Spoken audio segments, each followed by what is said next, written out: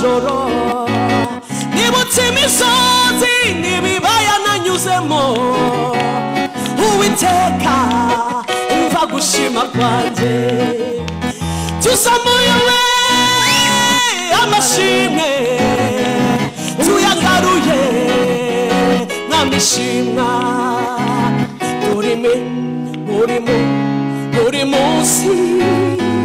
buri munsi garuye amashimwe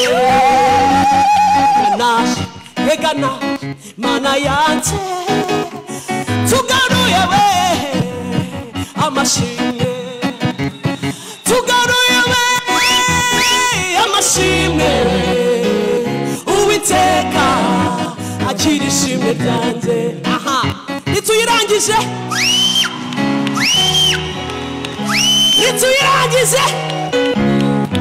iragurishwa amadolari 100 apewa sifa haleluya mbwirira ukwegere ngo Bibiliya iravuga ngo nimuzane indirimbo nshyashya mu nzu y'Uwiteka zamura indirimbo imwe gusa ninde wamfasha igitero cya kabiri mereza microphone uyu munsi turayiririmba curanga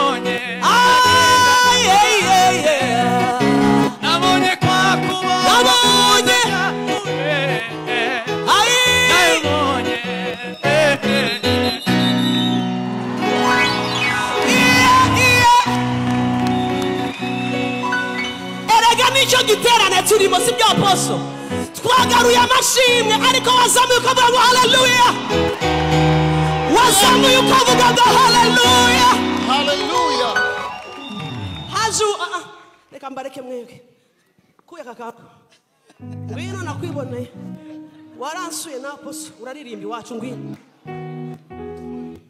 hariyo twahimbye urayibutse twende sasa wagendanye natwe mu bihe byari bikomeye wazigamye intambwe zacu uzikomere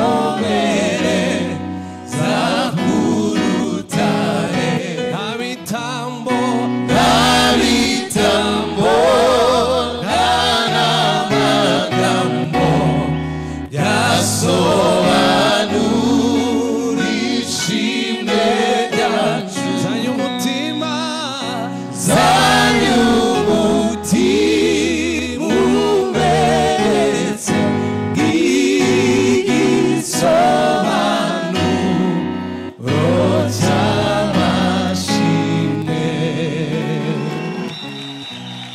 urakoze kunkwepa navuze indirimbo batazi ego Bibiliya ngo indirimbo nshya nitararirimba civile twagiye mukanya na aposo aravayo nawe uravayo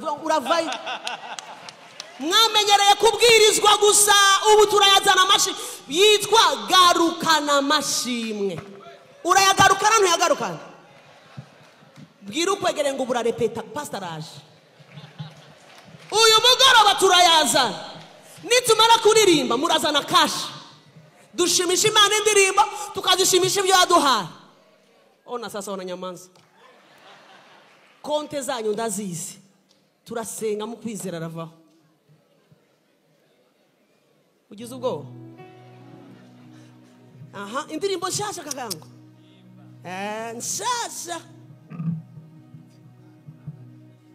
mwarimu yarutse indirimbo nshasha hano abaririmbye iya mbere ni yanjye muzayirepeteje iya kabiri tujye kumva iya gatatu uratera igitero kimwe shiremo icya kabiri. Aposa arazana icya gatatu. Gira ukwegere ngurazana icya kane. Ariko Uwiteka wakira amashimwe uyu munsi muri Calvary. Akira amashimwe. Anza tu.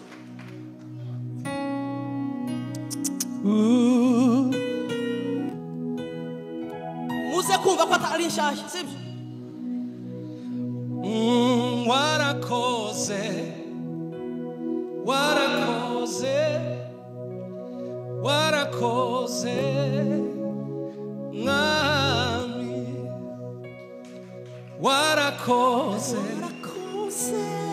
warakoze, warakoze, warakoze, mwami, turagushima, turagushima, turagushima, Yesu, warakoze, warakoze, warakoze, mwami, turagushima, turagushima, turagushima, shima, turagushima, Yesu, Yesu, warakoze, warakoze, warakoze, warakoze, warakoze, warakoze, nami,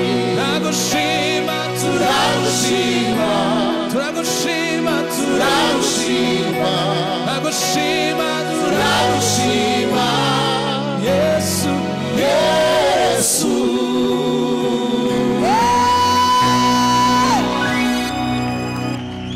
Mumuhaye amanota ngahe? Iyi ndirimbo nsi uruvuga udafashijwe cyane. Urafashijwe? Bikomeye. Ndayiturira iyo ndirimbo. Ni ya mbere. Warakoze, warakoze, warakoze, Yesu, turagushima, turagushima, turagushima, Yesu.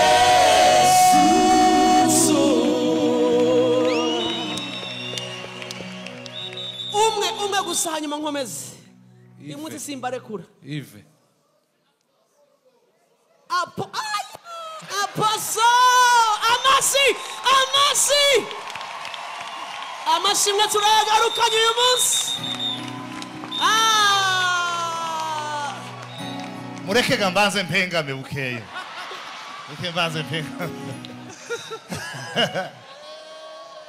Hallelujah. Imirimo wakoze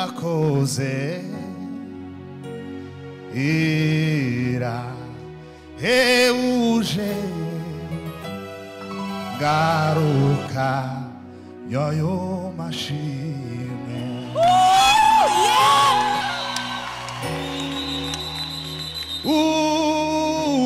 Uhoraho we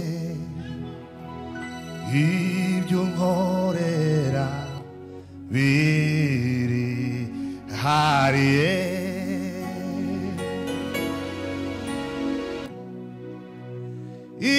izina ryawe rihimbazwe.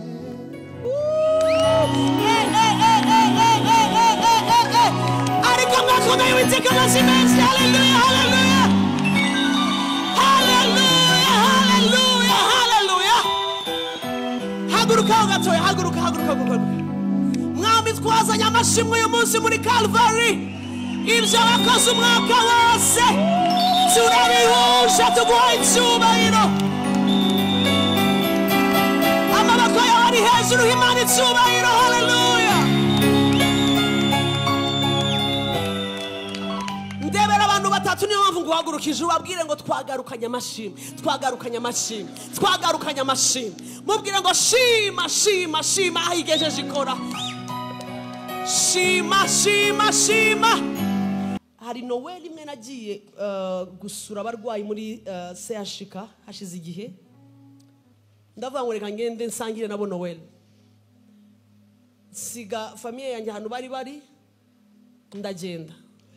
Nari nafashe ibintu bike ngenda ntanga nkasengana nabo nkababwira Noheli nziza utwo nari nshoboye ngenda nyine ntanga. Noneho ngera ku mugore, uriya mugore yamaye isomo rikomeye cyane ndashobora kumva nshuti. Rikomeye ariko ryahinduye ubuzima bwanjye n'uburyo mbona ibintu. Uriya mugore urabona ya marido abatandukanye abantu. Nagize gutya ndunguruka muri rido mbona nta muntu urimo, kumba arimo. Urabona igihe uzabonera uburiri bushashe ukabona ko nta muntu urimo kandi arimo, uwo muntu ameze ate? Aba yarashize ni skeleti. Kuko nagize gutya ndareba neza, mpita ndeba hirya mbabona abandi ba mama ntazamura ijwi baturakoze, ndashima ndasenga mbatera inkunga mu byanditswe. Ngiye kugenda numva hirya ya rido nabonye ata muntu arimo, numva akajwi kavuyeyo, nongeraho ndatambika njya kugira gute, njya kureba. Ndebye mbona arimo aramanura akaringiti, mbona amagufa arahagaze gutya, amaso ameze gutya, ari muri aniha. Ndamwegera ndambwira niyo sinamenya n'umwana n'umumama kuko yari niske. Ndababwiye ngo ntutugufa, inyama ze zo mu nda zari mu bintu bimeze nk'amashashi. Ndebye ndabwira ni Jesus. Ndamwegera ndavuga ngo nawe reka nkuzanire nzana utuntu duke nari mfite nshyiraho. Ahita arambwira atangiye kunganiriza ariko avuga gahoro, akavuga niho ngiye gusenga. Aravuga ngo reka nkubwire icyifuzo. Naha ati pastor, ati reba hari ahantu ukurure ziriya foto. Ndakurura, ngiye kubona mbona umugore uteye neza hejuru, hasi ari ahita arambwira ngo nakoreraga hariya muri quartier Mateus, nitwaga Mataye. Bari baranyise Mataye kubera gutera neza kandi ndi mwiza cyane. Ati none dore ukuntu umubiri wangize. Ati namaze imyaka 2 n'igice India, tuhava bansezeye nje gupfa. Ati ndaza atangira kuma story, ndaza nsanukizemo gakeya, nsanuza ari ubuzima. Ati nari ntegereje urubyaro ndabyara. Ati mbyara abana b'impanga. Ati ubu maze umwaka ntababona kandi n'impinja. Ararira ariko samarira arava hehe. Ndamureba umva ukuntu yahise ambwira. Ati ugiye gusenga? Ni yego. Ati maze ntusenge ngo nkire kuko ntabwo wabugondoje Imana. Byarangiye abaganga bavuze ko dutegereje. Sabira Imana iminota 30 ntaribwa. Ndamwe nisubiramo. Ati nsabira iminota ingahe? 30 ntaribwa, ntababara, ntaniha. Ndarushye kubabara. Mbonye agahenge k'iminota ingahe? 30 minutes. Birabari ibyo. Nduhuka kababaro iminota 30. Ati pastor, icya kabiri umbwirira iyo Mana nibikumva inyongera amahirwe kuko barambujije sinshobora kurebana n'abantu banjye kubera uburwayi mfite ari batoye. Inyongera amahirwe yo kuzongera kubakikira rimwe nyinkira impanga zanjye, nzirebe nzisome nzihobere n'inangiza mfe. Beneda nk'umubyeyi wese narariza amarira amanuka ku maso. Ndebe iyo skeleti ryamyaho, numva mbajije umutima wanjye, umuntu arimo arasaba iminota ingahe? Azamura volume. Arimo arasaba iminota 30. Jewe mfite amasaha 28 ndatakaza YouTube yose narayimaze. TikTok urahinduranya amasaha urayave n'atanu urayamara haruri kumbe hari icyo ufite undi arimo arasaba wa mwanya nangiza hari umuntu arimo arasaba pani isaha ya 30 Beneda nahagaze hejuru ya mugore amarira manuka mu maso nibuka ko yewe ntaha buri mugoroba abana bamuhobera rimwe na rimwe simbahe n'umwanya rimwe na rimwe sinabyiteho nkigira kuri telefone nti bebe kumbe hari icyifuzo ku gitanda hari umubyeyi nkanjye uri murasaba iminota yo gukikira umwana narahagaze abona ndarize mbwira Imana ngo Mana basi nisikia limoya tu Servant of God, duhaye agaciro presence yanyu hano we give great value to the presence here. mwaherukaga mu giterano bushize You came here in last conference. aha hari abantu bakunda umuhamagara Imana yaguhamagaye. There are so many people here who loves your calling.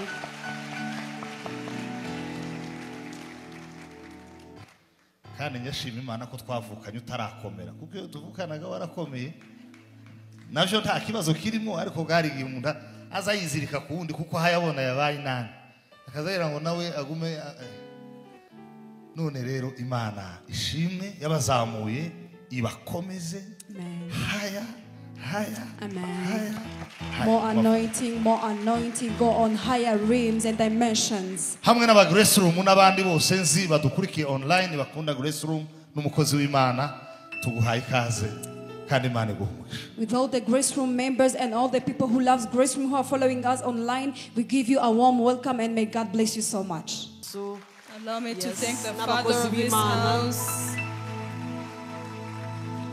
narimvuze mumfashe jewe mwamfasha tukamushimira neza. I said, help me thank him. God bless you Apostle. Imana iguhe umugisha cyane Apostle. Urakoze guhora unzirikana. Thank you so much for recognizing me.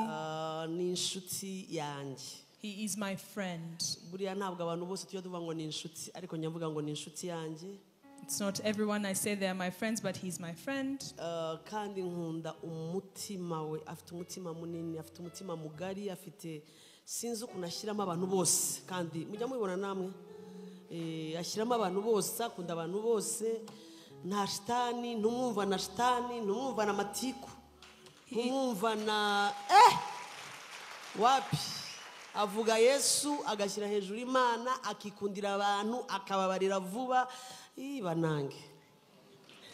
He has a good heart. He has a wide heart. He accepts everyone. He loves everyone. He has no evil in his heart. He loves everyone. He speaks only about Jesus. Mushobora kuba uri kumwe nawe ufunga isura ntibishoboka. You cannot be with him and be angry. Anagusanze wakubititse iyo nakubititse neza arabiza rigenseka nkakorora akavuga ati buse ntuhembutse. When I'm discouraged to the core, he comes and he makes me laugh and he tells me you are revived. Mugukomera Imana yamukomeje n'ubuntu yamushyizeho ariko akomeza guca bugufi. God has elevated him, but he stays humble. Dufite umugisha kwisi no kugihugu Apostle. Ibi simbivuga kuko ndi inshuti yawe. Ndabivuga kuko tubizi ko Imana yaguhamagaye. As a nation, as the world, we are blessed to have you, and I say it because God has called you. Hahirwa abagukunda bagusengera kandi bakubaha bagakurikira icyo Imana gushyizeho. Blessed are those that pray for you and follow what God has put on your hearts. Twongere tuvuge ngo Imana imuduhishire mu izina rya Yesu. Let's say, may God keep him for us. Imuhishe kure harabavuga ngo kure. May he hide him very far. Imuhishe kandi rero ntabwo ari ryo pastori tuvuga mujye mu musengera Imana imuhishe. You have to pray so that God may hide him. Kuko icyamugeraho cyazunguza pana mwebwe mwenyine mwebwe muri bakeya umubiri wa Kristo wanyeganyega isi yabihombye ikintu gikomeye cyane. Mujye musenga Imana imuhe igire gute imuhishe kure ntakorwaho ajyeho icyapa cyasinkorwaho simvugwaho. May God hide him. May God keep him. Keep praying for him so that God may hide him. May he be untouchable, unattainable by any other thing. I can delay on this because I know you need to hear this. Yes.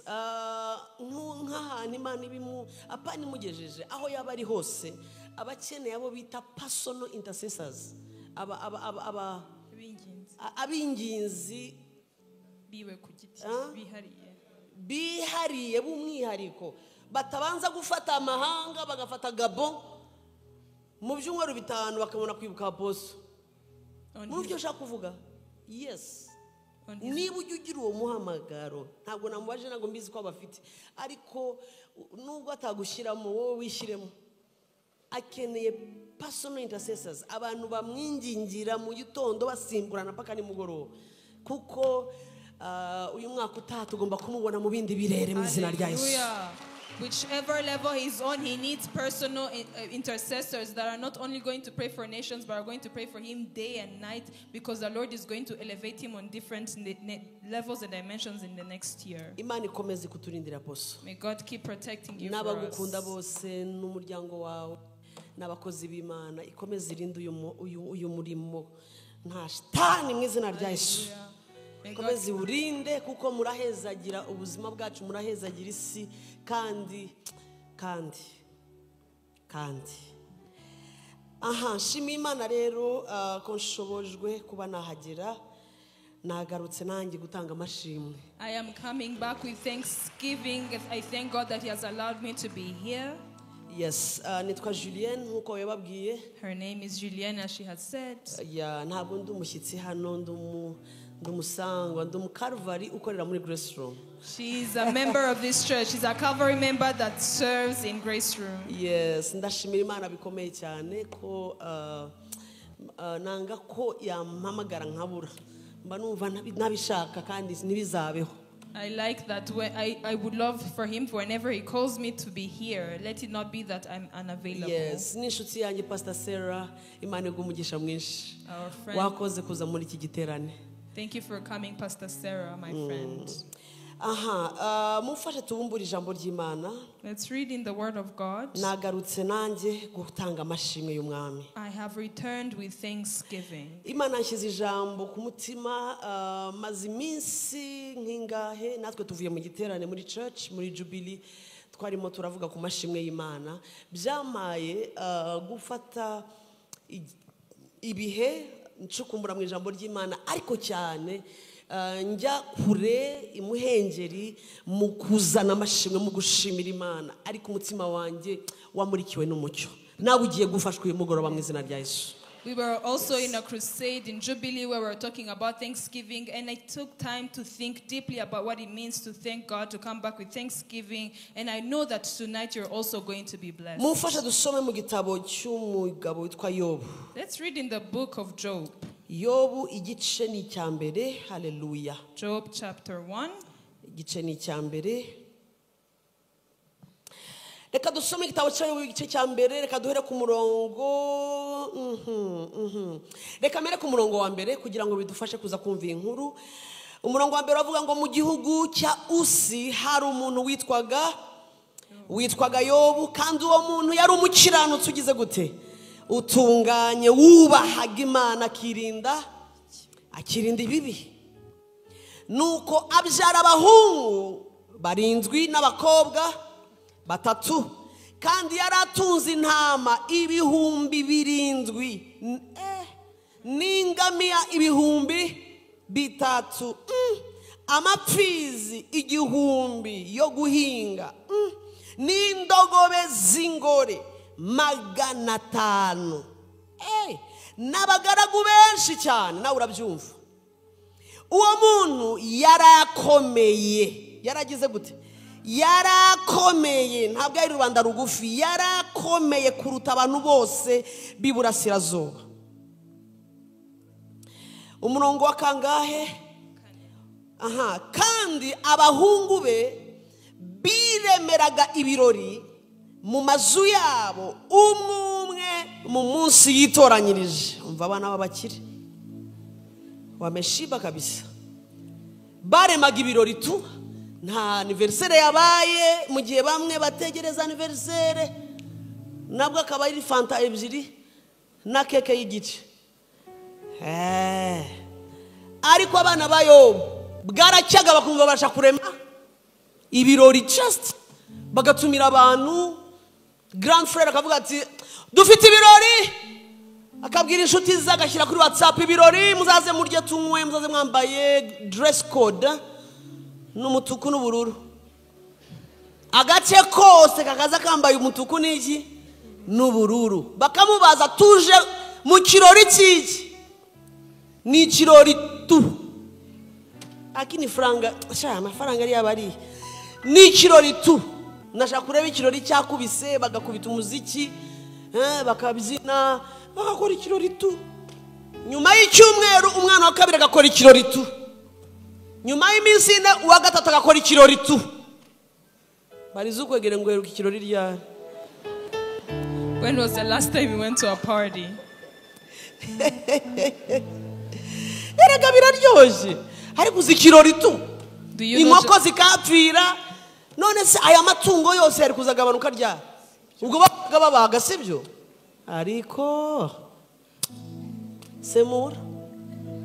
So the sons of Job would throw parties whenever they wanted to. Job was a rich man, and whenever they would want to, they would throw parties. Do you imagine throwing a party whenever you want to? You invite your friends, you give them a dress code whenever you want, bring them. But for you, it's just a birthday when you drink one Fanta and one piece of cake. But they would throw parties each and every day because they had a lot of cattle and a lot of sheep and a lot of goats. Yes. Now, dore umurongo wa kangahe? Wa gatanu. Maze iminsi y'ibirori byabo yarangira Yobu akagira gute akabatumira ngo abeze. So when it was the days of feasting had run their course, Job would send and sanctify them. Akabyuka kare mu gitondo agatamba ibitambo byoswa bihwanye n'umubare w'abana bangahe ubwo yatambaga ibitambo 10. He would rise early in the morning and offer burnt offerings according to the number of all of them. That means 10 children. Reka rero tugere ku murongo wa gatandatu please. Let's read verse 6. Umunsi umwe abana b'Imana baje bashengereye Uwiteka kandi na Satani yazanye nabo. Uwiteka abaza Satani ati uturutse he? Satani asubiza Uwiteka ati mvuye gutambagira isi no kwizereramo zererezi. Uwiteka arongera abaza Satani ati mbese witegereje umugaragu wanjye nde Yobu yuko ari ntawuhwanye nawe mwisi ko ari umukiranutsi ugize gute utunganye wubaha Imana akagira kandi akirinda ibibi. Ninde uri murabaza nde? Who is asking who? When God Iki has kiganiro gathered, kirimo kirajya hagati y'abandi. this is a conversation between who and who. Uwiteka arimo arabaza. The Lord is asking Satan. Ariko wigeze utekereza kuri iki kintu? Have you ever wondered Ukuntu about Uwiteka this? ahagarara akabaza Satani How God asks Satan, ati ubonye umugaragu wanjye have you seen my urarebye servant? muri yasi ubonye unira. Do you see the one I'm proud of? Aha twagiye tugeze ku 8 9. Maze Satani asubiza Uwiteka ati ariko sugira ngo Yobu yubahira Imana ubusa.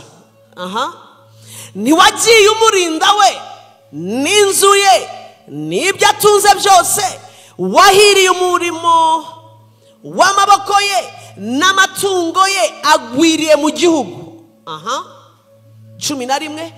Ariko Satani aracyavuga dore ko avumvura rambura ukuboko kwawe ugire gute ukore ku byo atunze byose.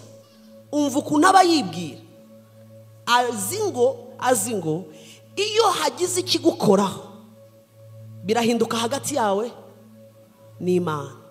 Aka kantu nikazakuvemo. Buri ibintu byinshi narakomeza ibintu byinshi bikugeraho target cyangwa intego yabyo Satani arivuyemo nukugira ngo hagati yawe n'Imana hazemo igitotsi. We akubite Imana ibiryozwa aguhane cyangwa akore ku bintu byawe akore ku rubyaro rwawe cyangwa akore ku butunzi bwawe uhindukira urakarira Imana. This is what Satan said. Satan said, stretch your hand and touch all that he has. He will surely curse you to your face. This is what the devil does. This is his trick. This is his secret. He will tell God to touch your things so that there will be a breakage between your connection and God. aravuze kuri 11 ngo On verse 11, rambura ukuboko kwawe ukore kubyo atunze ngo nawe azakwihakana ari imbere yawe. No, mbwira ukwegere ngo ntuzihakane Imana kubera ibintu. never deny God because of your seasons. 12 Verse 12. Uwiteka asubiza Satani ati dore ibyo atunze byose biri mu maboko yawe keretse we kumuramburaho ukuboko kwawe. Nuko Satani aherako ava imbere y'Uwiteka. Maze umunsi umwe abahungu n'abakobwa be barasangiraga banywera vino mu nzu ya mukuru wabo muri cya kirori. Nuko hazimbitse kuri yo biti amapfizi yahingaga n'indogobe zarishaga iruhande rwayo, maze abasheba babyisukamo barabinyaga ndetse bicishije abagaragu bawe inkota. Nige warokotse jyenyine wo kubivuga wo kubikubikira.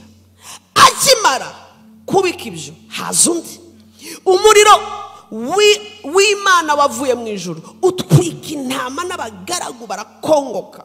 Nige warokotse jyenyine wo kubikubikira. Akivuga ibyo haza undi atabakarudaya biremyemo ibitero bingahe? 3 bisuka mu ngamiya barazinyaga ndetse bicishije abagaragu bawe inkota. Nige urokotse wo kubikubikira. Akibivuga haza undi vuga ngo ndashaka ureba amatwi ya Yobu umwe ku wundi.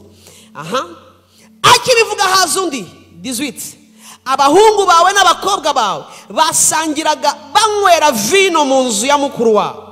Nuko haza inkubi y'umuyaga iturutse mu butayu ihitana imfuruka enye z'inzu, maze inzu igwira abo basore barapfa. Nige urokotse jyenyine wo kubikubikira. Yobu ntiyabyinubira akomeza gushima Imana.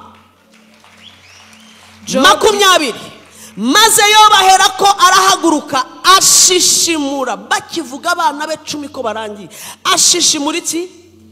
Umwitero we arimoza yikubita he hasi arazamurijwe arasenga ati dusome twese navuye nambaye ubusa nzasubira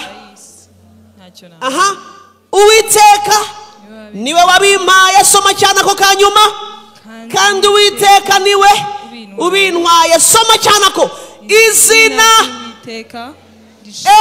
ongera izina zamura volume izina abazanya amashimwe izina ry'Uwiteka rigire gute? Izina ry'Uwiteka rishimwe.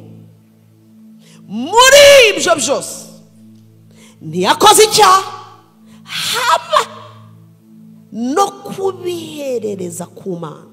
Vuga ngo Imana ishimwe. Yes, nubwo wasoma gusa kugira ngo twihute, soma gusa umurongo wa 21. When Job had lost everything and every child and every cattle, on verse 21 he said, naked I came from my mother's womb, and naked I shall return there. The Lord gave and the Lord has taken away. Blessed be the name of the Lord. In all this, Job did not sin or charge God with wrong. Amen. Now, Imana ashyize ijambo ku mutima numvaga nshaka kuba ko turisangira. Ribabwira ngo ugarukana amashimwe kuko wayarinze n'ubundi mutima wawe. The Lord has put on my heart a word that says, you return with thanksgiving because you have kept thanksgiving in your heart. Umutima udashima nta nubwo bwacya ntabwo bwacya amashimwe yaje. An ungrateful heart will not just wake up one day with thanksgiving randomly.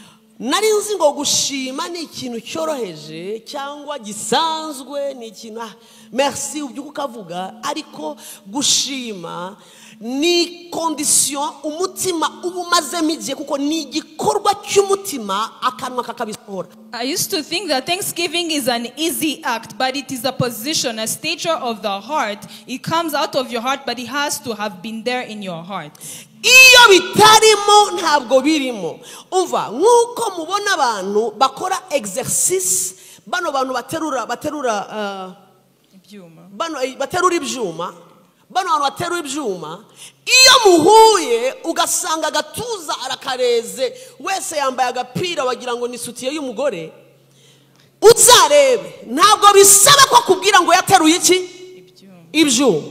Ntavuga uhita umenya impamvu agatuza kagize gute kareze. What is in your heart is in your heart. When you meet a person who has lifted weights, they have six-pack, they do not need to tell you that they have six-pack. You will see it and know. Ariko uzabarebe iyo atangira uriya mwitozo, iyo atangira ababara, ni ikintu kitaje ijoro rimwe ngo agatuza kagire gute karege. When they start, they go through pain, they go through hustle, they struggle to get to that point. It's not something that happens in one day. Nkuko mubona ibintu byose byiyubaka mu buzima, n'amashimwe ni exercice dukora every day, tous les jours, buri ni ikintu ukora buri munsi, ntabwo ari ikintu dukora muri December gusa. Ubu hano twaje duhuje ay'umwaka wose tuyagarukanye. Bivuze ngo ni ikintu utoza ubuzima bwawe buri munsi. Reka mbabwire, nkuko umuntu ajya muri gym buri munsi, ntabwo aheraho abyimba gatuza, biza gahoro nta nubwo umunsi watangiye kubyimba ubibona uti usiko byaje.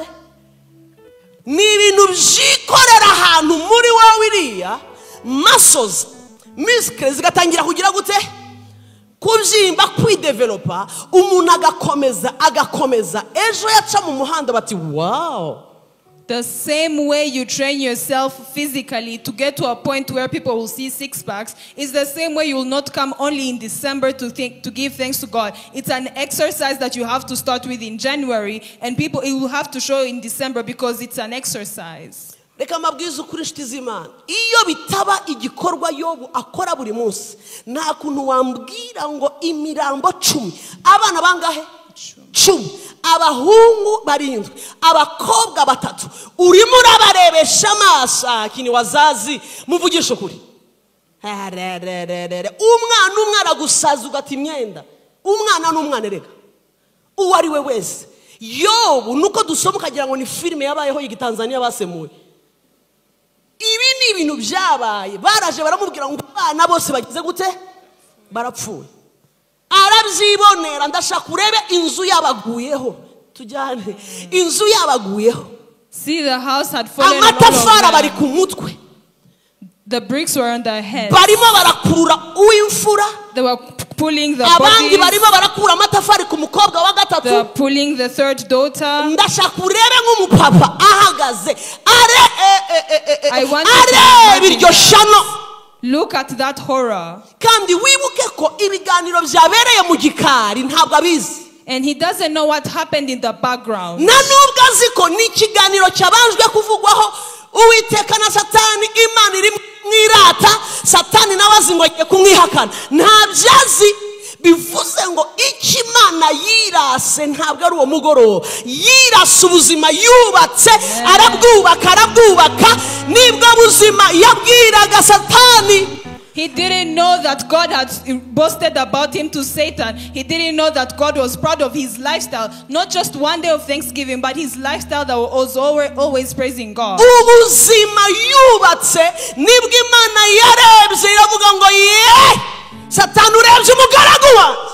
The lifestyle he had built is the one that made God say, have you seen my servant Job? Urebye ibinakora, urebye ibitongo bye, ubonye uburyo abyukira imbere yanjye, urareba. Have you seen what what he does, how he worships me day and night, how he raises up his hands. Uwiteka we uzanyirate nkiriho nanje. Oh God, boast about me as I'm still alive. Imana kukwirata mwanadamu. God himself boasting about Abantu you. duhinduka buri munsi, abantu duhinduka nk'igicu. Imana irareba iravuga ngo ariko uyu mugabo yubatse mu biki.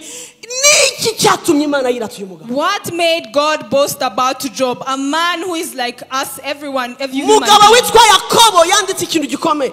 Aravuga ngo muzishime nimugubwa gitumo. Nibigira gute? Nibibagerageza ngo muzishime nimugubwa gitumo. Akini biroroshe kubivuga. Amen. Biroroshe kubivuga. Gubwa gitumo hanyuma turebe ko wishime. James said, rejoice when you are surprised by trials. It is easy to say it by mouth, but when you are surprised by a trial, let's see if you rejoice. Uzariko kugubwa gitumo. Do you know to be surprised? Imagine they call you the same way they call Job. All your children are dead.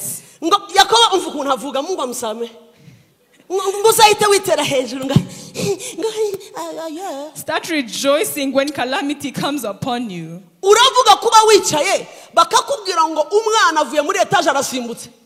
Imagine telling you that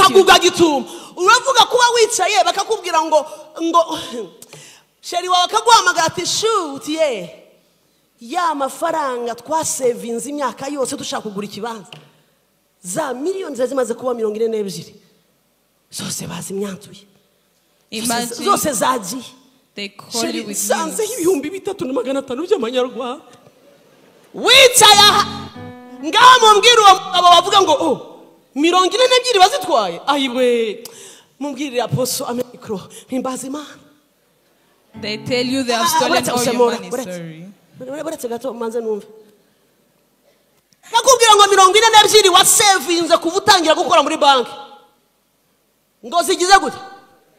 Ziraji urakabibwira umugabo. Ijisho rya kwimuka rikavano rikajya hano. Umugabo kufura franga. Yararusha imyaka ye yose abika.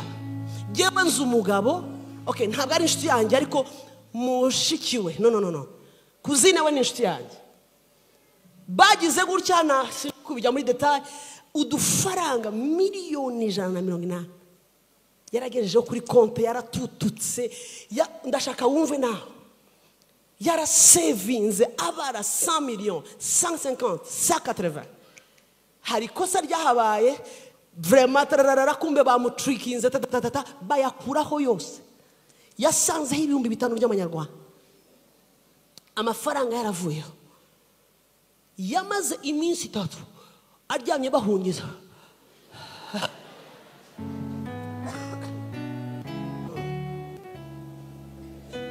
Yewe umusemuzi namusize. Mwanyemerera kicara kabisa. Mumukomera amashi menshi. Uwiteka yabwiye Mose ngo genda ubwire Faraho ngo let my people go. Now umugabo yajyamye iminsi ngahe 3 akajya areba madamu. Turarangiye. Tugiye kwa muganga. Yarahumekaga. Wa mu telefone dipora. Yo ndarangiye. Ntari ni jambo avuga. Oya Imana iri kumwe nawe izongera igushumbushe ni mucecekesha muragatsindwa we. Ndarangiye ama yabuze amarira yabuze uko yifata. Guys bamutwaye kwa muganga. Umugabo bamuteye umuti wo bamuhaye ibinini byo gusinzira. Yabuze ibitosti ara Yakobo arimo aravuga ngo ugubwa gituma mwabyumvise. Umukobwa ndamuzi kwavuganye ubutumwa. Haleluya. Bigeze umusore simvuze umwuka we umusore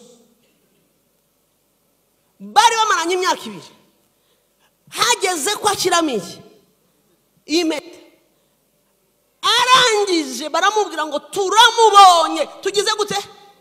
Turamubonye live. Aho babimubwire inde sheri wanjye mubonye iki? Mubonye iki? Arishuka gacinyi paf. Uwo ni umuntu bataraba. Aramanuka tumubonye. Mubonye iki? Mubonye iki? Mie wabo mama nakuva mvuze nk'abavandimwe bamwe. Umukobwa aramanuka baraza barahungiza bati ntaho jire yagiye sha, ntaho jire yagiye. Abazi gusenga jire garuka, turafata umugongo n'amaguru garuka. Ariko tugarura duhungiza umwuka wa gitute ngo none ngo nugubwa gitumo nguze tuvuga ati haleluya. Yo bigenze gute? Inzira hiye. Uwiteka Mana are. Hano hari wabona message kiriti igahita hagarara. Agasoka afashe hehe? Mie wabo agasoka yayiruka. Yakobo aravuga ngo nugubwa gitumo.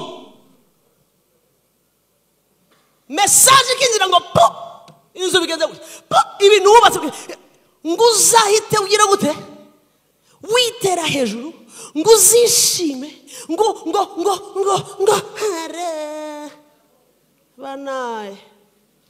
Ibyo binavuga birashoboka kuko dufite uwo byashobokeye. Haleluya. Yari umuntu yambaye umubiri nkatwe, yarabyaye nkuko twese tubyara, ararera abana be, yarabakundaga. Umva, yarabakundaga. Niyo bakoraga ibirori yaragendaga akabeza ngo Mana yanjye batabazanye icyaha mu rugo rwanjye, akabeza akabaha n'ibyo bakoresha ngo bakore ibirori. Yari afite amatungo nkuko muyafite, akamenya ngo inka ze zimeze gutya, intama zanjye zimeze gutya, akagira abagaragu. Yari umukozi, yari mariye comme les autres. Akabyuka afite umubiri nk'uwacu. Ariko dufite igihamya. Araho sinzi icyo yarimo arakora. Imbitsi ya mbere irazirabika ngo ubutunzi bwose bugize gute? Burarangiye. Indogobe zirarangiye. Amatungo. Umugabo ateze iki? Ateze amatwi. Ibi bintu birimo birinjira mu mutima. Uwanyuma agiye kuza gaheza ngo abana aho barimo ngo aho bari mu kirori ngo inzu igize gute? Ibaguyeho. Bibiri iravuze ngo bikigera mu mutima wa Yobu aramanuka. Ntabwo yirutse areba abaturanyi, ntiyabanje kwiruka ngo ajye kureba ngo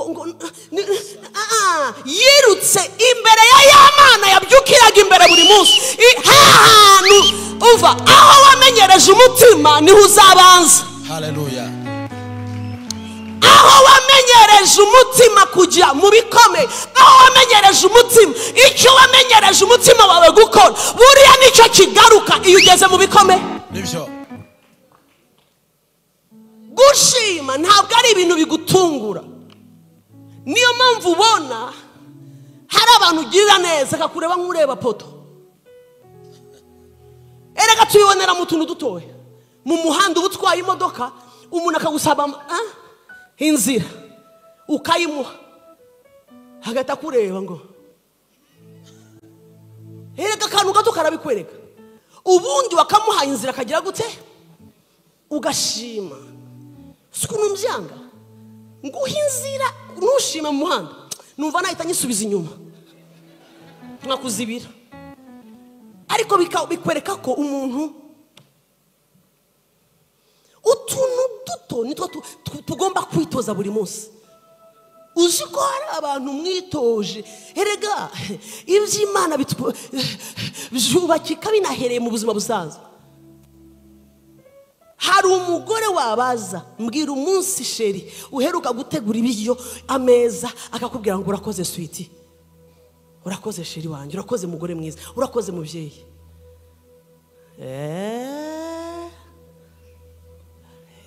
Duhere na duheraho kuko naho tuba twiriwe dukubara ugakubara inshyushyuka uzi ngo aratahuye imuhe iwanjye amata arakomeye cyane haleluya birakomeye by'amata iyo nabonye ayitiye murayazi ayitiye byahakurya hariya hari ukuntu namba nabaye umugore mwiza cyane uwo munsi baraheka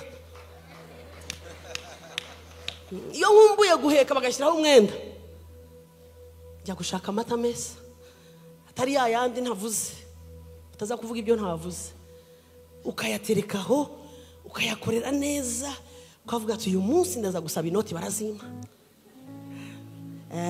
abantu uyu munsi azaho ndi buce cyangwa ikivuguto cyiza namaze gushakisha neza cyane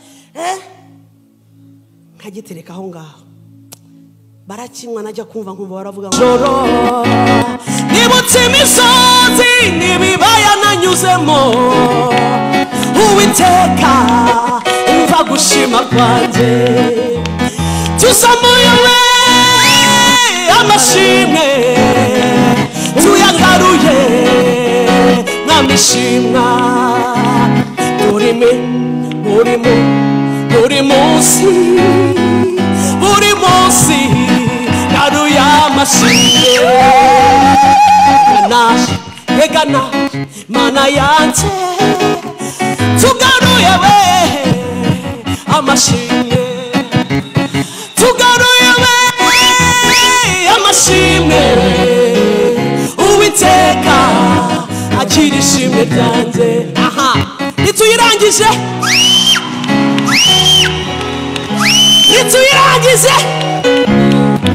iragurishwa amadolari 100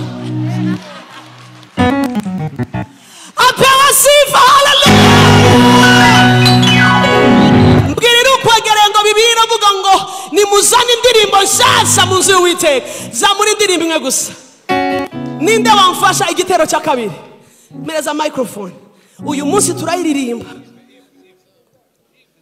curanga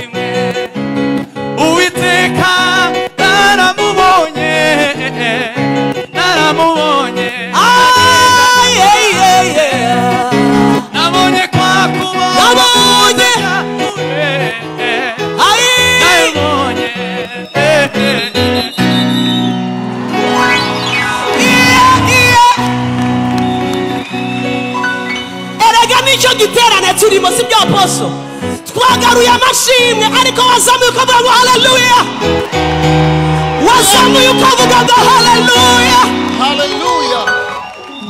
haju reka mbareke mwebwe kuya kaka ngwino nakwiboneye waransuye na aposo uraririmba iwacu ngwino hariyo twahimbye urayibutse twende sasa wagendanye natwe mu bihe byari bikomeye wazigamye intambwe zacu uzikomere zakurutare ntabitambo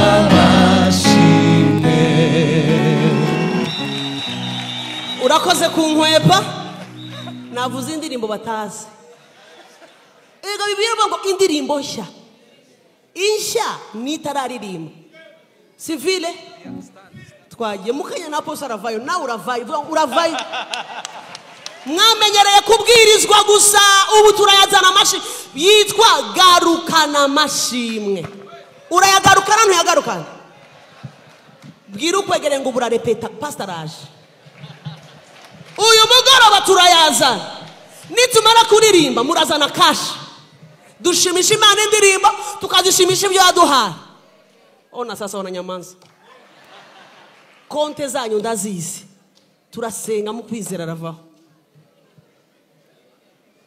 ugize ubwo aha indirimbo nshasha kagango nshasha mwari muherutse indirimbo nshasha hano abaririmbye iya mbere ni yanjye muzayirepetejo iya kabiri tujye kumva iya gatatu uratera igitero kimwe shiremo cya kabiri Apostle arazana icya gatatu gira ukwegere ngo urazana icya kane ariko witeka wakira amashimwe uyu munsi muri Calvary akira amashimwe anza tu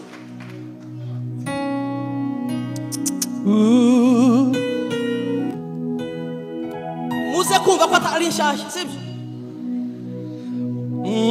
warakoze warakoze warakoze mwami warakoze warakoze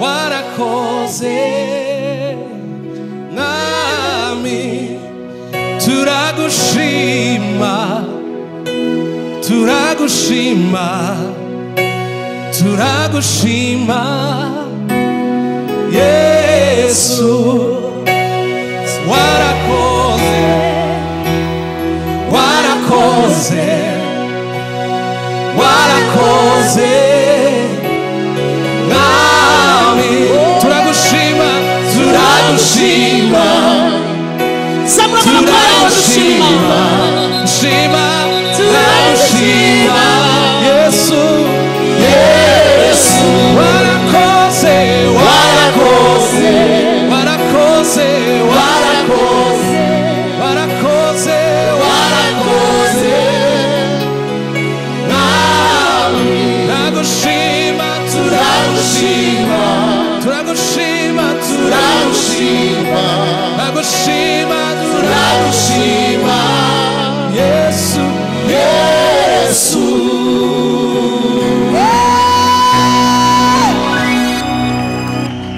mumuhaye amanota ngahe iyi ndirimbo nsi urumva udafashijwe cyane urafashijwe bikomeye ndayiturira iyo ndirimbo ni ya mbere warakoze warakoze warakoze Yesu turagushima turagushima turagushima Yesu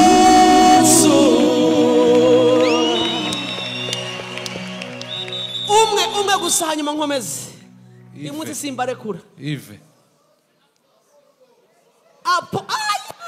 Apostle amashimwe turayagarukanye uyu munsi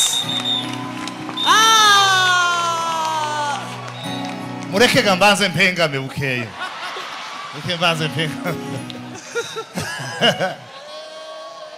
haleluya imirimo wakoze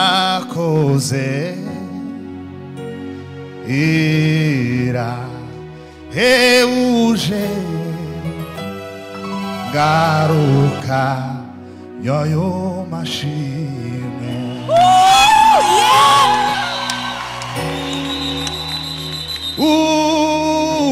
uhoraho we ibyo nkorera biri wihariye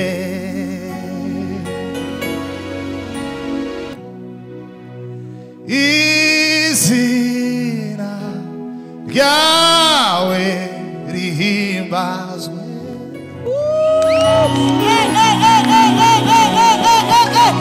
ariko mwakomeye witeka amashyi menshi. haleluya haleluya haleluya haleluya haleluya.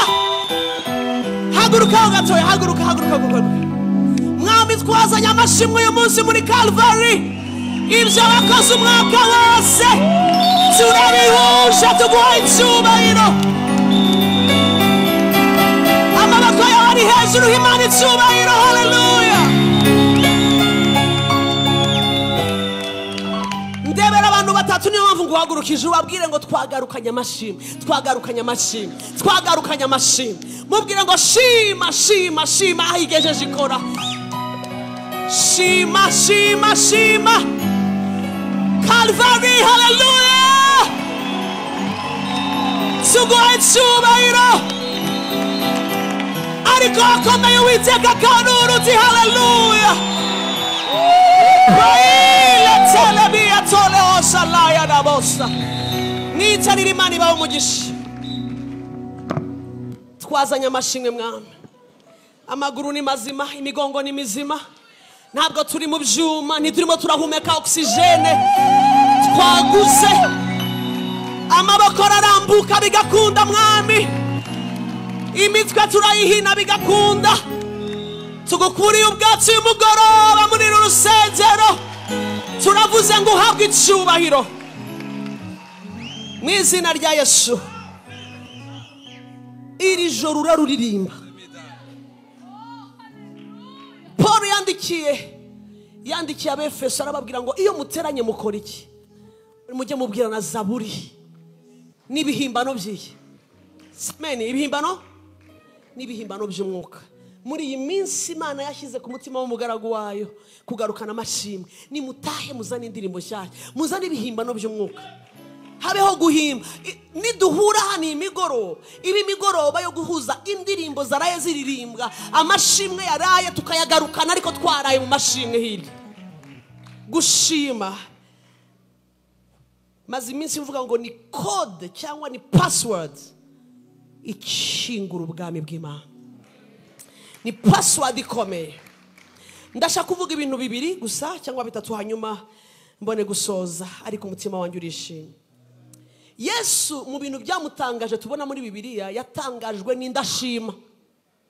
abantu badashima, Bibiliya bitwereka muri Luka 17:11, ahantu Bibiliya ivuga ngo yasanze ababembe 10, arabagirira neza, arabakiza. murayibuka iyo nkuru? arababwira ngo nimugende mwiyereke umutambyi. bagiye, hagarutse bangahe? umwe niwe wagarutse, agaruka aje gushima. Bibiliya iravuga ngo Yesu atangazwa n'indashima, arabaza ngo nini mukize muri bangahe? 10. ni wowe munyamahanga ugarutse kugira gute? gushima. ugarutse gushima. nibyo 9 barihe? ntabahari. bagiye sinda hasi. Yesu atangazwa cyane no kubona umunyamahanga agarutse gushima. umutima w'umuntu sinzi ukuntu umeze bavandimwe. gushima n'ubwiru bukomeye, kuko ntawushima udafite icyo yamukoreye mu buzima. ubundi thanksgiving cyangwa gushima ni igikorwa gicira bugufi ufite icyo yakoze mu buzima bwawe, ufite icyo agusumbye cyangwa ufite icyo yakontributinze mu buzima bwawe. niyo mpamvu kudashimira Imana nari ngiye kuvuga ngo ni icyaha gikomeye, ariko umugabo umwe w'Imana yankozeho avuga ijambo aravuga ngo kudashimira Imana ntabwo ari uko wabyibagiwe, ngo ahubwo ni ubwibone bw'urwego rurenze. ni nko kuvuga ngo nagombaga kubyuka anyway, nagombaga kuba ndiho, nagombaga kuba meze neza, ni nko kuvuga ngo ntawe mbona uri hejuru wamfashije kugera ku byongezeho. Now iyo duhera mu byanditswe guhera mu itangiriro ukaza ukagera mu byahishuwe uhabona ubwira bukomeye bwo gushima abashimiye Imana. Bibiri itwereka ibintu bitandukanye bikomeye cyane. Reka mbereke mbabwire gushima Imana usibye kuba ari kode ikomeye cyane ikora mu bwami bw'Imana, ahubwo gushimangira kwizera ko mu mutima.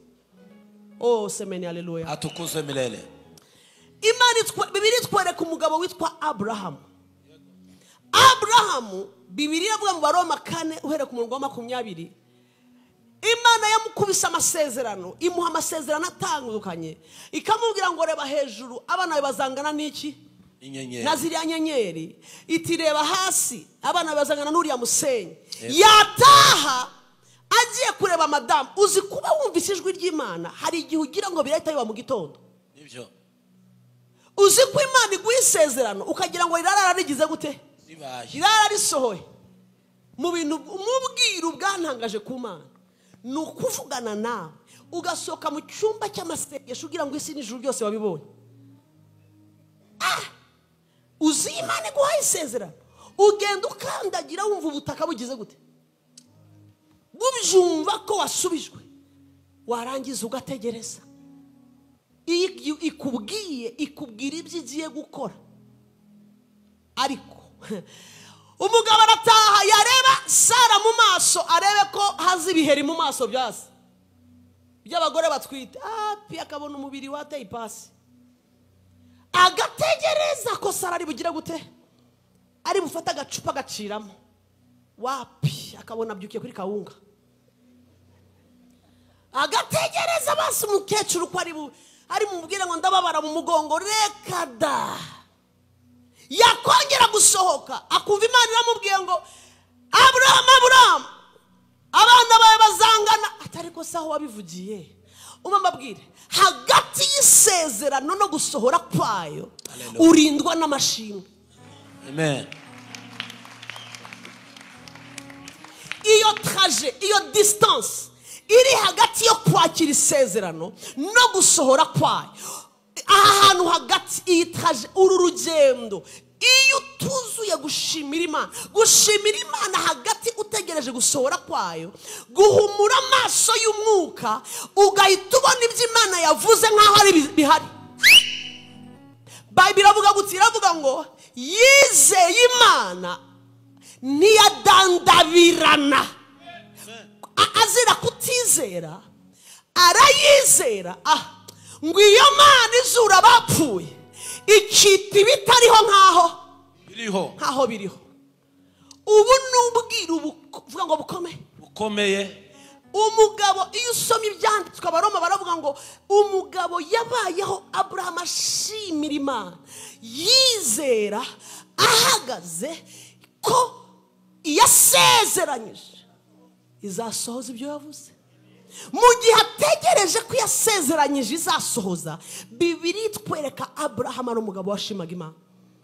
Yabyukaga ashimira yaremye ijuru n'isi, ku mugoroba agashima akavuga ngo urakoze ko wampinduye sekuruza w'iki w'amahanga. Iyo traje yo gutegereza isezerano yakiriye no kubona Sara abyara, yashobojwe kutadandabirana ngo ave mu masezerano kubera umutima ushima. Munega amatwi mbabwire barokore, ntushobora kumva bazaposo arakubwira, ntushobora kumva abantu baza muri office cyangwa ahamagara kutakiboneka, pastor jewe nabivuyeho, kutakiza nacitse intege, amasezerano Imana yamaye muri 20 ese kutagiririmba jewe sinzi icyo mfa n'Imana. Uzumve nawe ihereho.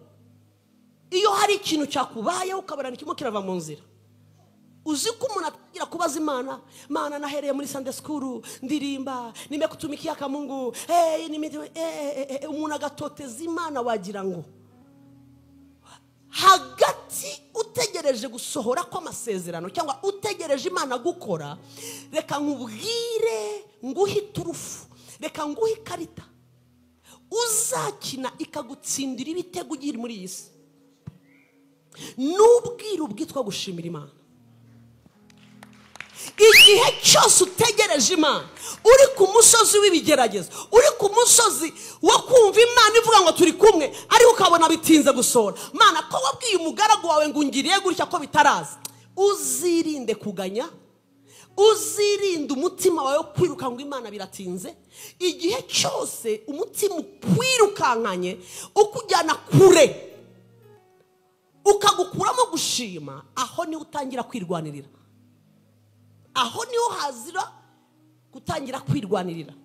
Umuntu akicira inzira, umuntu ukabona yagiye muri ibi, yavuye aha. Umukobwa umwe yarambwiye ndi Bujumbura, aranga ati pastor, nusoza igiterane uzansengere kuko sinzagaruka, kandi amame ko muimbaji mukubwa sana, sinzagaruka mu rusengero. Byagenze gute? Nasabye Imana guhera mfite imyaka 10 20, nkisaba umugabo bakiyana. Ndabwira ni urimo urabwira Imana ngo bakiyana?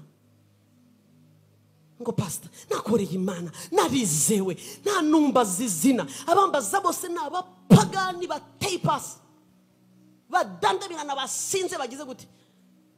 Ndakorera Imana, nditanga, nta mugabo, bose wagira ngo barabona ibiti bigenda. Abo turirimana, abo dukorana, nta numwe abazizina. Pastor, ndarambiwe. Ndabona nurarambiye ati ndarambiwe mbivuyeho pastor. Uzansengera nuva hano? Unsengera na pastor, jewe ngiye kuyoboka igipagani nzi kisigaye kinkurikira. Ndagiye pastor, ndarambiwe, ndarushye. Kumbe Satani ni mpumbafu mbaya, amunanije yarageze neza kwisezerano. Umwaka wari urimo urasoza, ndamubwira ni uze kuzaho bancumbikiye, mbisaba abashumba baranyemerera, araza mvugana nawe, ndamubwira ni ntabwo Imana bayivovotera, nubu ugiye guhita ucupira, ugiye guhitugwa, ni none se umugabo aragukura kuma. Ndavugana nawe mwereka ibyanditswe, umukobwa ararira. Kumbe naratanga turi muri salo, amaze kurira ndimo ndamukorera gutya ku bitugu. Ndamubwira ni ntabwo Imana bayivovotera, ntabwo bayivumburaho. Nikomeza wihangana ati pastor narihanganye, uzi imyaka mfite, ndashaje, nawe ihangane, waruje imirimo kwihangana. Ndamubwira okay, reka dusenge Imana hanyuma genda urongorwe. Ati sawa, ntipfukama. Arimo ararira cyane. Ndabyibuka na mama pastor yari ahari waho hano bari banyakiriye. Turatangira, Uwiteka, ndibugiye gusenga se, tubanza karirimba. Uwiteka, tusize indirimbo twaririmbye, tukimo turaririmba. Ngiye gufungura amaso, mbona umukobwa ndareba, taoka shetani. Ahita amaze numva avuze urujwi rw'umugabo. Ngo muraje gukora iki? Ashaka iki? Twaramurangije. Tukiraho umugeri nk'uw'imparage barawurambuye. Tumeka imbi. Umukobwa yarambuye ukuguru, mbona kurarambutse kujye. Mama pastor yambwira ati aratwisha. Tuyiruka. Nari naramenyera ibintu bya deliverance. Ndavuga ni imparage ivuye. Ko yari umuramya arimo aranyamukanya. Umukobwa ati abarapasuye, ariko atagutya ururimi. Amaraso ndavuga ni igitangaza. Mbwira mama pastor, mbwira dusenga twirana abadayimoni. Ati pastor, omba. Jengira ngo agiye guhamagara umukozi w'Imana pasiteri. Kumbe hari kubwo wabura gatsinda. Yaragiye mama pastor arafunga umuryango ngo abadayimoni batinjira bagasanga abana be. Asiga umushyitsi hanze. Ayigitare cy'Imana. Arafunga ngo iyo myuka iraje yinjire mu nzu yanjye, pyu abafunze. Maze ndavuga ni kama ni kufa. Toka toka shetani katika jina la umukobwa yari afite umugeni natangiye kumusengera ndi nkahariya nawe ari hariya fire nkohereza ariko hari izina risumba yandi mazina bene data izina rya Yesu nigiye tutaramenya ibyo ari byo izina rirabohora nibyo iri zina ntabwo rijya ritakaza ubukana iri zina rirakomeye nari naramenya n'ibyo ari byo mbanegeyeyo ni toka shetani toka katika toka ari hariya nanjye ndi hariya uzi gutokesha wiruka kandi nyakabwana shetani arabimenya ko batinya nari muri toka katika ngiye kubona umuntu abanga yaransanze narasimbutse ariko ndi muri toka waya toka naratokesheje ariko niruka ngeze hanze abadayimoni baravamo ati harabohoka umuntu kugaruka ariko bavuyemo ngira ukwegera ngo izina rya Yesu n'igihe utazi ibyo ari byo rirakora riradukorera niyo ngabo idukingira umva rero si umugabo umukobwa kumbe yarahemukiwe kera arerwa kwa nyirasenge something like that bamukoreyeho ibintu ababyeyi be barapfuye bamukoreraho ibintu atangira gusenga kumbe baramaze baramuhemukiye niho namenye ko igihe tuva ibaze rero yava ku Mana yari yongeye ibibi mu ahubwo byari bigiye kuba wasi kumbe umwanzi yajuguza ibuye arimo aramushuka ngo abiture nde abiture Imana umukobwa amaze kubohoka reka mbabwize ukuri abataramubonaga batangira kumubona naratashe Kigali atangira kujya yohereza message kuri Facebook kuri messenger akambwira ati pastor batangiye kunereta kandi abakozi b'Imana nabuze uwo mpitamo rero atuba ikibazo kibazi no gutamo ndamwe nisenga ati ntabwo ndi busenge ndahitamo bose ni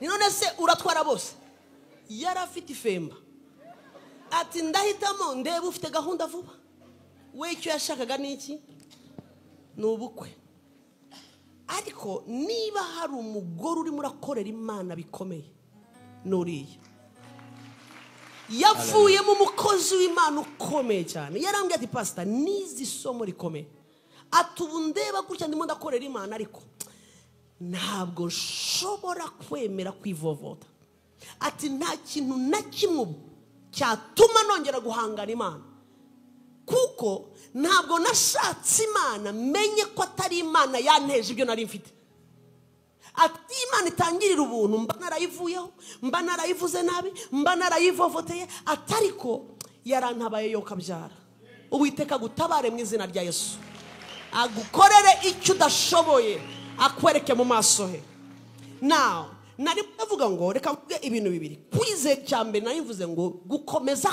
kwizera mutima wawe gushima gukomeza kwizera mutima wawe Abraham yakomejwe no gushima kugeza igihe isezerano ryagize gute igihe isezerano ryasohoreye semeni amina semeni amina ikindi nayo nanditse ibintu nka 4 cyangwa 5 ariko amasaha ntabwo ari bunyemerere ikindi kintu kwizera gukomeza umuntu gushima gukomeza umuntu wawe w'imbere akagira amaso abona Imana mu bintu byose ibintu byose uciyemo iyo ubyuka nishimwe nicyo cyabaye kuri Yobu yaguwe gitumo ako kanya atarihakana atarivovota abanza abona Imana kwiri hejuru y'ibyo byose abonye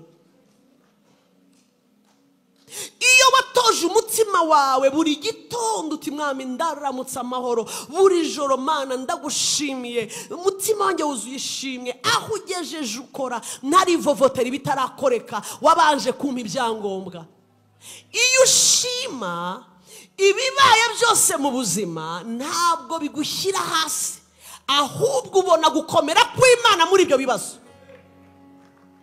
Nicyo cyabaye kuri Paulo na Sila, bari mu buroko, amaboko y'abafungiye inyuma, abarimo barajejeta amaraso, bakubiswa abagabo. Bibiliya avuga ngo mu mubabare bwinshi mu gicuku imfungwa zigiye kumva zumva bazamuye indirimbo. Bible avuga ngo bagiye kumabona imiryango ya gereza igize gute, rambrema, imiryango irafunguka. Umuryango ufunguwe n'iki? Ufunguwe n'ishimwe ry'abatagombaga gushima. Ufunguwe n'ijwi rihagurukiye mu bisebe n'akababaro, rizamutse rimeze nka kompora. Imana Zaburi 22:3 iravuga ngo ndura mu mashimwe y'iki? Y'abana banjye. Cyangwa kurakize Uwiteka tura mu mashimwe. Imanuka gubana muri ayo mashimwe mu muriro, yahagera ikazimya wa muriro, kuko ntabwo Uwiteka aturana n'ikindi cyose.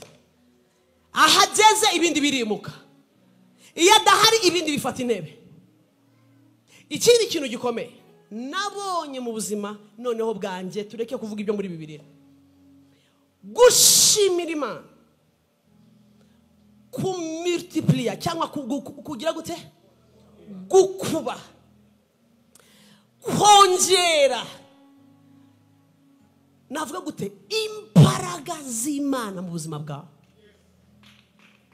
Yes, gushima, kuko nushobora, iyo watoje umutima wawe nka Yobu gushimira Imana, ugira icyo bita a broken spirit, umutima uri umenetse. Kandi umutima umenetse nirwo rufunguzo rufungura imbaraga z'ijuru mu buzima bw'umuntu. Umutima umenetse n'ubwiru, bene data mbabwire, n'ubwiru bukomeye. Kandi iyo watoje umutima gushukuramya no gushima Imana, ukaza utazanye ibibazo, ukaza uje gushima, namenye neza ko ubonye Imana abonye byose. Mu minsi ishize narimo ndigisha muri Grace Room, mbabwira ikintu cyakomye ku buzima bwanjye, numva ndafashijwe. Abantu bamara imyaka, Imana yari imiranyigisha ndimo ndasenga, iramenya ngo abantu bamara imyaka barimo barasengera ibyifuzo. Iyo ufite ibyifuzo 8, muri biriya 8 hari kimwe kiba kiri hejuru y'ibindi. Ufite icyifuzo mu kazi, bavuze ko hari amafaranga yabuze, birakubabaje. Hari ikibazo cy'umwana wawe ufite wa gatatu, afite ikibazo iki n'iki. Hari muri ibyo byose ufite, uzasanga hari cyarushije ibindi kugira gute, gukomera. Ku buryo iyo upfukamye usenga, uzasanga ari cya kindi mwankurikiye cya mbere umuragira gute, uri murasengera. Iyo uri muri inginga, uzasanga uri muri ingingira cya kindi cyabirushije imbaraga.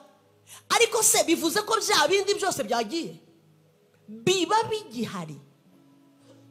Imana rero yanyigishije ikintu gikomeye, nubwo naza gusoreza kuri icyo. Umuntu ashobora kumara imyaka 40 ku isi atajya asabana n'Imana asenga. Buri uko agiye mu masengesho n'ibyifuzo. Ufata 3, ejo ugafata ingahe? 5, ubundi ugafata 21 jours, ubundi ugafata 40. Uri murasengera iki? Mfite ibyifuzo 3 bikomeye. Mfite ibyifuzo 2 bikomeye. Nzamukanye umusozi kanyarira ibinye, nzangiye mu mazi ya byumba kugori. Ni bibi gusenga, si bibi, kuko mu bantu basenga nkunda gusenga. Ariko ugasanga umuntu yazamukanye liste y'ibintu 3, byakemuka hari indi liste atigeze akoraho, akayitangira. Umwaka 2 karangira utajya ugira umwanya wo gusabana n'Imana. Umwanya wose usenga no gutokesha. Ndasenya ubukene, fire ubukene, ndakuvuna umugongo, ndagupfura imisatsi wabukenewe. Abantu barasenga, abantu bafite amagambo yo barakaye. Wabukenewe, ndagupfuye umusatsi, nkuciye umugongo, nkukuyamo ibyinyo. ukenera kumva akavuga ati ndagiye sinzagira gute. Warangiza gukubita ubukene hasi, ejo hari ikindi kibazo, hari umwana wabyaye ufite ikibazo iki niki, ukabura atangiye wandwara imyaka yindi ibiri gashira. Rimwe nza kumva Imana imbwiye ngo rekeraho ibyifuzo, shakisha mu maso hanyu. Umbonye abonye byose. Niba hari isengesho rikomeye barokore mbabwire, kera nari nzi ngo iyo ufite ibyifuzo ntubivuge mu masengesho ntabwo wasenze neza. Ariko ushobora kumbaza ubu uheruka ryari kuvuga ngo cya kintu na cya kindi, wapi? Kuko iyo ubonye Imana yaravuze ngo nimubanze mushake. Semeni haleluya. Nimubanze mushake iki? Ubwami bw'Imana no gukiranuka, ibindi bizagira gute? Nukuvuga ngo hari super group ikurura ibindi byose yitwa banze Imana, ibindi birakurikira. Ariko iyo ubanje ibindi Imana ntayo ufite. Iyo tubanje Imana barokore, iga kujya imbere y'Imana ushima. Ndagushimira Mwami Imana ko wandemye mu buryo buteye ubwoba butangaje. Ndagushimira ko urukundo nkunda rugiye kumpa akazi. Ndagushimiye ko imbabazi umfitiye ziri buncungure zigatuma nsama nubwo nabuze umwana. Bitandukanye no kuza uvuga ngo Mana wanyimiye ko mwana. Ayo n'amasengesho biragize gute? Atandukanye. Ariko Mana nagutwaye iki? Abandi ko babyara buri munsi igiye kukintu arabyara. Uje umeze nk'umujiji. Utandukanye n'uwaje avuga ngo uri Imana n'igihe ntarabyara. Uri Imana kuko urahirengeye. Uri Imana ndabizi kutanyima umwana kuko abana n'umwanda uva kuwiteka. Uri Imana mu gihe gikwiriye uzama gucikira. Uri Imana ni wowe. Semeni haleluya. Uri Imana ni wowe nkeneye kandi ukubonye abonye urubyaro. Utandukanye n'uwaje avuga ngo Mana bagumane. Warabanye jewe nzi umuntu wasengaga gutyo, agasenga ariko Mana ubusaya amafaranga unyima uranyima ngo uzayarye. Naramwiyumviye avuga gutyo, urayanyima ngo uzayarye. Kindi gihe ati gumana. Abashoje isengesho ati amina. Ashoje ayibwiye ngo gire gute? Gumana. Imana ntabwo bayivumburaho.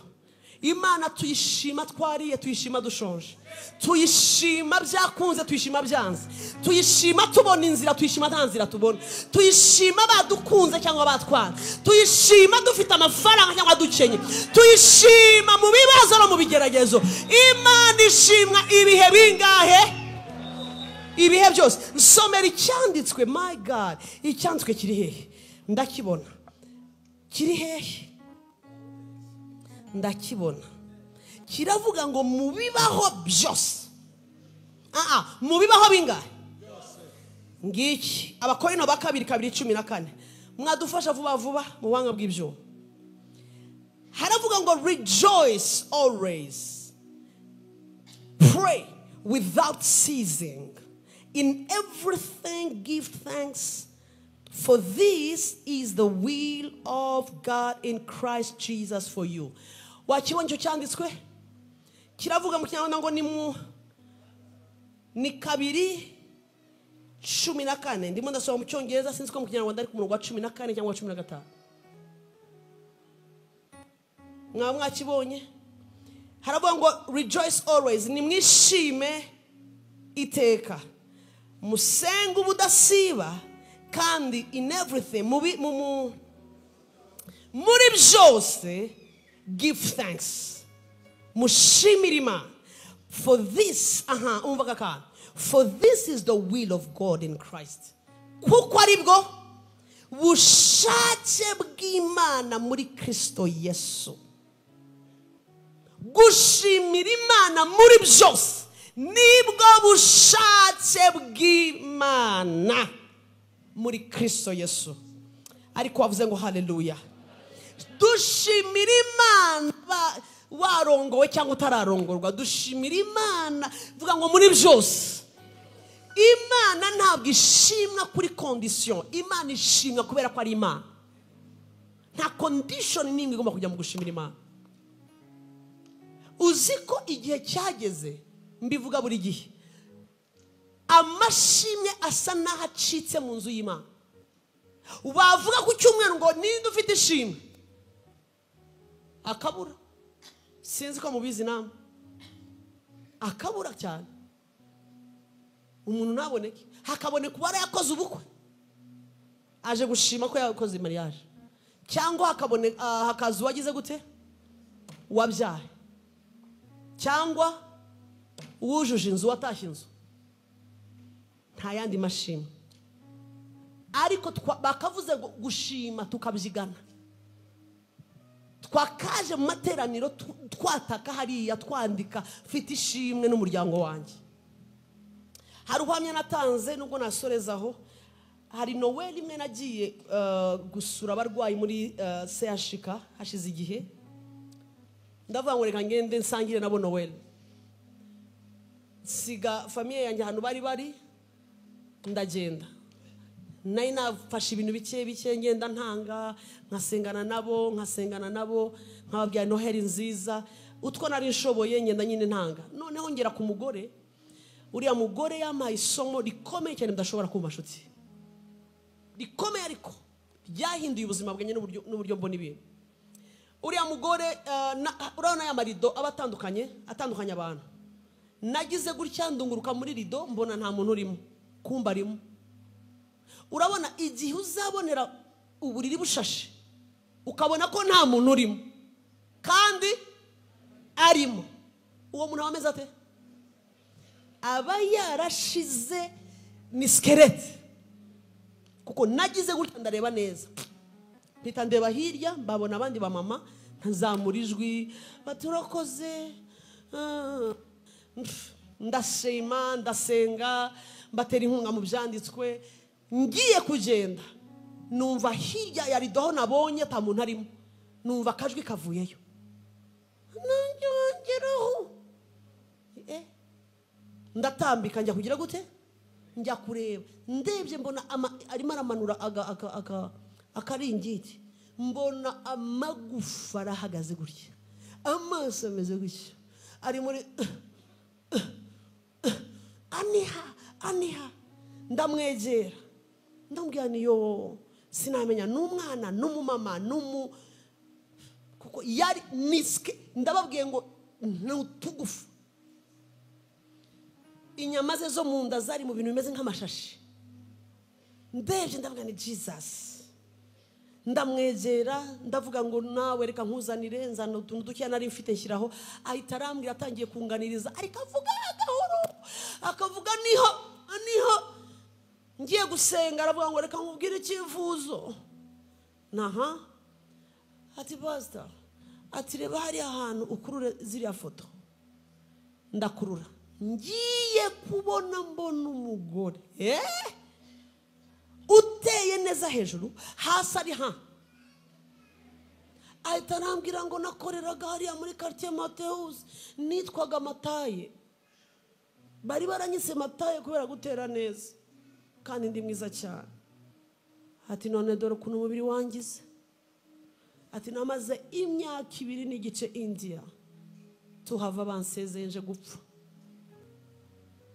ati ndaza tanyira ku ma story ndaza nsanukizemo gakeya nsanuza ari ubuzima ati nari ntegereje urubyaro ndabyara ati mbyara abana b'impanga ati ubu maze umwaka ntababona kandi n'impinja ararira ariko samarira arava hehe ndamureba umva ukuntu yahise ambwira ati ugiye gusenga ni yego ati maze ntusenge ngo nkire kuko ntabwo waba ugondoje Imana byarangiye abaganga bavuze ko dutegereje sabira Imana iminota 30 ntaribwa ndamwe nisubiramo ati nsabira iminota ingahe 30 ntaribwa ntababara ntaniha ndarushye kubabara mbonye agahenge k'iminota ingahe 30 minutes biraba ari ibyo nduhuka akababaro iminota 30 ati pastor icya kabiri umbwirire iyo mana nibikumva inyongera amahirwe kuko barambujije sinshobora kurebana n'abantu banjye kubera uburwayi mfite ari batowe inyongera amahirwe yo kuzongera kubakikira rimwe nyinkira impanga zanjye nzirebe nzisome nzihobere n'intangiza mpfe beneda nk'umubyeyi wese narariza amarira amanuka ku maso ndebe iyo skeleti iryamye aho numva mbajije umutima wanjye umuntu arimo arasaba iminota ingahe azamura volume arimo arasaba iminota 30 jewe mfite amasaha 28 ndatakaza YouTube yose narayimaze TikTok urahinduranya amasaha uraya natanura yamara haruri kumbe hari icyo mfite undi arimo arasaba wa mwanya nangiza hari umuntu arimo arasaba pani isaha ya iminota 30 beneda nahagaze hejuru ya mugore amarira amanuka mu maso nibuka ko jewe ntaha buri mugoroba abana bamuhobera rimwe na rimwe simbahe n'umwanya rimwe na rimwe sinabyiteho nkigira kuri telefone nti bebe kumbe hari icyifuzo ku gitanda hari umubyeyi nkanjye urimo urasaba iminota yo gukikira umwana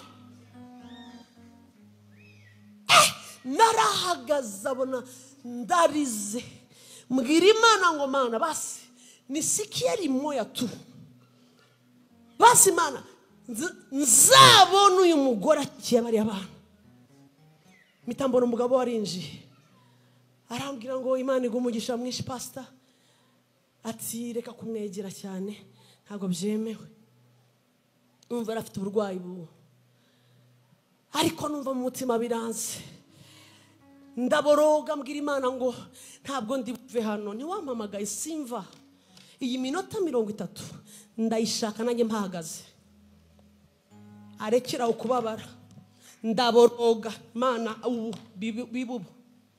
bibubu abaganga baraza ndabwira ni ntabwo nsohoka ndashaka iminota 30 ataribwa narasaze ni kumbe hari icyo mfite kibereye undi shimwe bereda mwijuru harima naraboroze ndasenga mfata ku maguru yo ko bambuzaga kwegera haruguru mfata ibirenge ndabwira Imana hagarika ubu buribwe hagarika hashize iminota butangiye kwira ndabyibuka aravuga ngo pastor ntabwo uri buve hano ati pastor komeza usenge ndabyo biraje ntabwo ndimo ndaribwa atabwira sheri ngaho ambara mask hanyuma uzunyegure kuribwa byashize mwirukange muzana abana baterure babwa ati ntabwo bahita babyemera akakanya ariko ati yo ntabwo ndimo ndaribwa ati mureke nanjye ndirimbe nari nkumbuye kuririmba imbabazi z'umwami narazibonye bwarakenda garuka le 26 yari konje ndabyibuka ndagaruka umugabo warambye ati pastor madamu ntarongera kuribwa ati tubabarire wongera ugume hano nahamagaye n'abasenzi bo kwiterero ryacu ni mugume hano nubwo atakira azafata aribwa ariko ububabare bwe butugeza ahantu ubu tuvugana Imana yabaye promotion bari muri Australia yabayeho ariho abana barakuze Imana yagize neza mbwira ukwegererwa imbabazi z'Imana